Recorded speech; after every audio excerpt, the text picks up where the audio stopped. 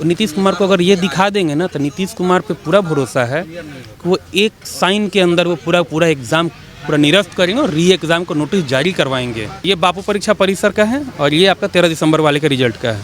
इसमें गैप आपको खूब दिखेगा, यानी अगर एक इस सेंटर में हुआ है तो किसी अन्य सेंटर का, लेकिन बापू परीक्षा परिसर में हर दूसरे लड़के का, वो भी एक लाइन से 20% रिजल्ट दिया गया है बापू परीक्षा परिसर के दिन का, और हम लोग का 6%। सम्राट चौधरी साहब, उम्मीद करते हैं ना कि इसको अगर आप देखने के बावजूद भी अगर आप शांत बैठ रहे हैं ना तो यकीन जानिए बिहार के लोगों का भरोसा आप खो रहे हैं। क्या लग रहा है, हाईकोर्ट से उम्मीद है आप लोगों को? हाईकोर्ट पे ही उम्मीद टिकी है अब आप लोगों को? अंतिम उम्मीद हमारे पास न्यायपालिका के अलावा दूसरा कोई नहीं है।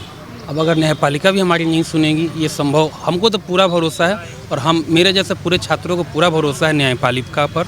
अंतिम उम्मीद, अंतिम आस, अंतिम प्रयास हमारा सब कुछ न्यायपालिका से है कि न्यायपालिका हमारी बात को सुनेगी, हमारे प्रूफ को देखेगी, हमारे बात को समझेगी, उसके बाद वो जो भी फैसला देगी हम सुनेंगे। अगर फैसला हमारे हक़ में आएगा अच्छी बात है, हक़ में अगर नहीं आता है तो हम री अपील करेंगे, उसके बाद दोबारा पिटीशन दायर करेंगे हम। अगर हाई कोर्ट में अगर हमको नहीं लगता है कि मेरे हक़ में फ़ैसला हुआ तो हम सुप्रीम कोर्ट जाएंगे। लेकिन अंतिम जो कुछ भी होता है उम्मीद जो है हमारा न्यायपालिका से ही है। न्यायपालिका के अलावा कार्यपालिका तो बस समझ लीजिए कि बिहार में लोकतंत्र नहीं अफसर तंत्र चल रहा है। अच्छा, आप कुछ कागजात लेकर बैठे हैं, इसके बारे में थोड़ा हमारी जनता को बताइए कि ये क्या है। अभी तो आप आई हैं मेन मुद्दे पे। सम्राट चौधरी साहब क्या बोल रहे थे? सबूत लाओ और 2 मिनट में बिल लाएंगे और ख़त्म कर देंगे, री एग्ज़ाम ले लेंगे।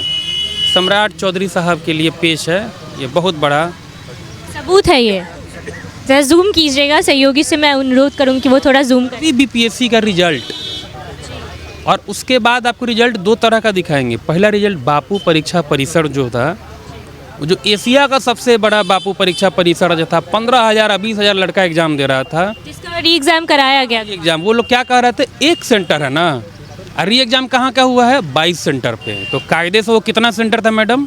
22। अब देखिए उसका रिजल्ट कैसे आया है बापू परीक्षा परिसर में। शुरू से आपको दिखाते हैं, 1 सेकेंड। 531753, आप भी देखिए वरना आप मेरी बात को वेरीफाई कीजिएगा। 531753, 531754, 531755। ये बताइए ये 3 स्टूडेंट कौन जन्म घुट्टी पिए थे कि एक ही एग्जाम सेंटर पे एक ही बेंच पे बैठे हुए हैं। अब देखिए बापू परीक्षा परिसर का है ये 78 80 81 82 84 85। ठीक है, जिसको डाउट है आपके व्यूअर्स को बता दें कि वो लोग इसको भी एक बार वेरीफाई कर लें। उसके बाद देखिए 69 71 76, यानी सारे लोग जो है ना एक ही क्लास में बैठे हुए थे मैडम, एक ही बेंच पे बैठ रहे हैं। मतलब और अगर 13 दिसंबर वाला अगर आप रिजल्ट देखेंगे तो उसमें गैप आपको 400 500 कई बार 1,000 का गैप दिखेगा। लेकिन बापू परीक्षा परिसर में गैप दिखेगा है ये नहीं है, 0 गैप के नाम पे 0। और ये देखिए 13 तारीख में गैप देखिए, लेकिन बापू परीक्षा अब ये देखिए पूरा रंगा हुआ, ये बापू परीक्षा परिसर का है और ये आपका 13 दिसंबर वाले का रिजल्ट का है। इसमें गैप आपको खूब दिखेगा, यानी अगर एक इस सेंटर में हुआ है तो किसी अन्य सेंटर का, लेकिन बापू परीक्षा परिसर में हर दूसरे लड़के का, वो भी एक लाइन से। ये धांधली नहीं है तो और क्या है?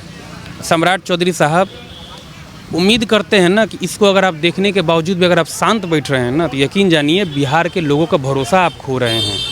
और बिहार के लोगों का भरोसा नहीं है, छात्रों की धरती है, छात्र का भरोसा आप खो रहे हैं। देखिए, और एक बार ऐसा नहीं हुआ है, हो सकता है एक बार संयोग हो, दूसरी बार प्रयोग हुआ है। संयोग देखिए आपको 24 25 40 41 43 मैडम आप देख पा रही हैं। उसके बाद देखिए 64 68 70 74 सारे एक क्लास के हैं। चलिए मान लेते हैं कि एक क्लास के नहीं है, मान लेते हैं 33 34 36 78 79 82 83 200 202 203। ऐसा कैसे हो सकता है?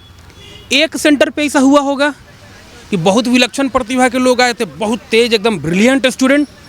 22 सेंटर पर 20% रिजल्ट दिया गया है बापू परीक्षा परिसर के दिन का, और हम लोग का 6%।